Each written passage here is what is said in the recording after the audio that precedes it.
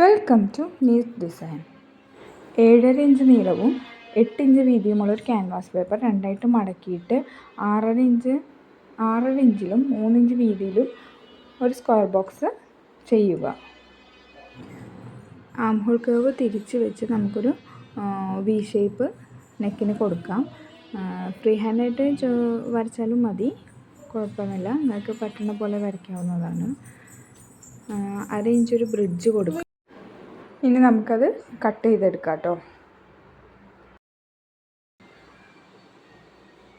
ഇത് മറ്റൊരു തുണിയിലേക്ക് അയൺ ചെയ്തെടുത്ത് അതിൻ്റെ അരികെ നമുക്ക് തയ്ച്ചെടുക്കാം.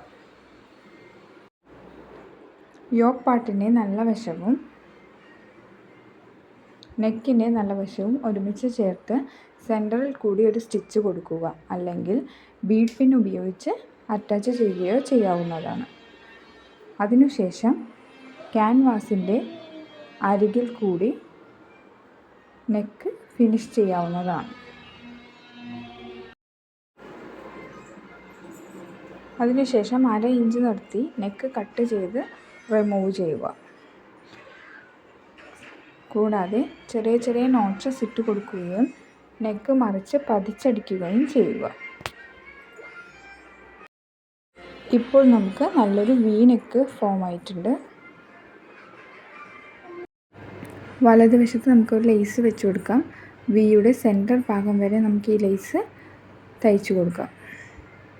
അതിനുശേഷം നമുക്ക് 4 ഡോറി ഉണ്ടാക്കി അറ്റാച്ച് ചെയ്യാവുന്നതാണ്. അതിന് ഒരു ഡോറി വലതുവശത്ത് തയ്യൽ തുമ്പിൻ്റെ പുറത്തായിട്ട് വെച്ച് കൊടുക്കാവുന്നതാണ്. അടുത്ത ഡോറി യോക്കിൻ്റെ 1 ഇഞ്ച് മുകളിലായിട്ട് തയ്യൽ തുമ്പിന് പുറത്ത് വെച്ച് കൊടുക്കാവുന്നതാണ്.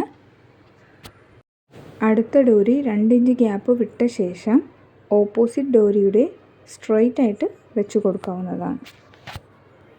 തൊട്ടു താഴെ അതുപോലെ തന്നെ ചെയ്യാവുന്നതാണ്.